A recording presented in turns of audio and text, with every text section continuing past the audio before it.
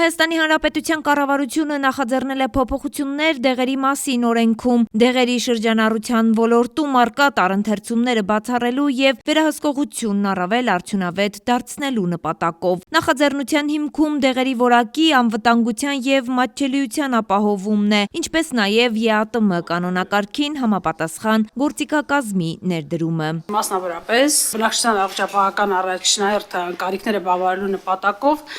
առաջարկում ենք ընդլայնել բժշկական օգնություն և սպասարկում իրականացնող կազմակերպություններում իրենց կողմից մատուցվող ծառայությունների ապահովման նպատակով արտադրվող դեղերի ցանկը,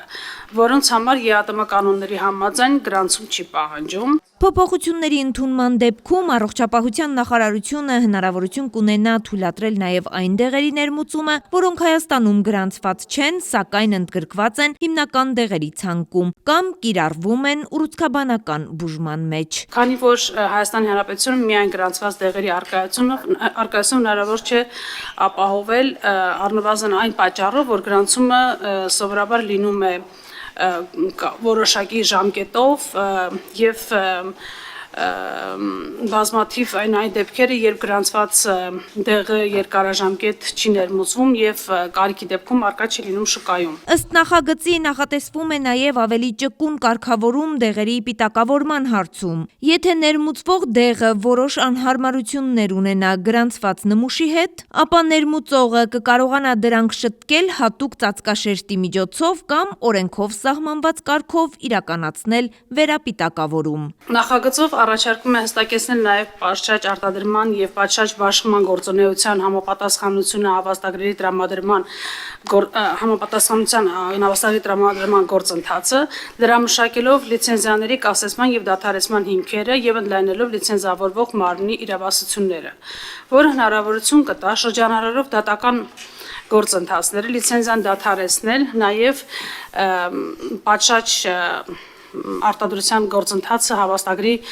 գործունեության իրականացնելու դեպքերում։ Միաժամանակ չգրանցված դեղերի կիրառման ռիսկերը նվազեցնելու նպատակով նախատեսվում է խստացնել վերահսկողությունը, ընդլայնելով ներմուծման հավաստագրի տրամադրումը մերժելու հիմքերը։ Նախագծով սահմանվում են նաև մի շարք նոր կարգավորումներ դեղերի շրջանառությունն առավել թափանցիկ ու անվտանգ դարձնելու համար։ Չնայած այդ հանգամանքին, որ գործող օրենքով սահմանված է, որ այդ պատշաճ բաշխման գործունեության կանոնների պահանջները տարածվում են նաև մաքսային պահեստային դեղագործական արտադրանքի պահպանման վրա, մաքսային պահեստներում այդ դեղերի պահպանման վրա, այնուամենայնիվ դեռևս որևէ մաքսային պահեստ չի ենթարկվել լիցենզավորման և այդ ՊԲԳ հավաստագրման։ Ուստի նախագծով առաջարկում է օրենքում հստակ նշել, որ դեղագործական արտադրանքի առնվազն պահպանում իրականացնող մաքսային պահեստները պետք է ստանան մեծածախ իրացման լիցենզիա և անցնեն ՊԲԳ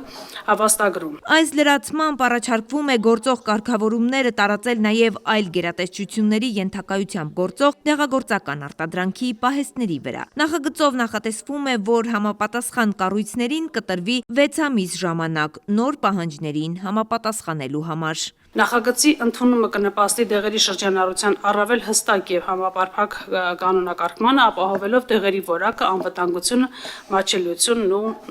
անխափան մատակարարումը։ Պատասխանատուների խոսքով այս փոփոխությունը հնարավորություն կտա դեղերի պահպանման և շրջանառության նկատմամբ սահմանել միասնական վերահսկողություն, անկախ այն բանից, թե որ գերատեսչության ենթակայությամբ է գործում տվյալ պահեստը։ Արևիկ Սարդարյան, Արմալուր։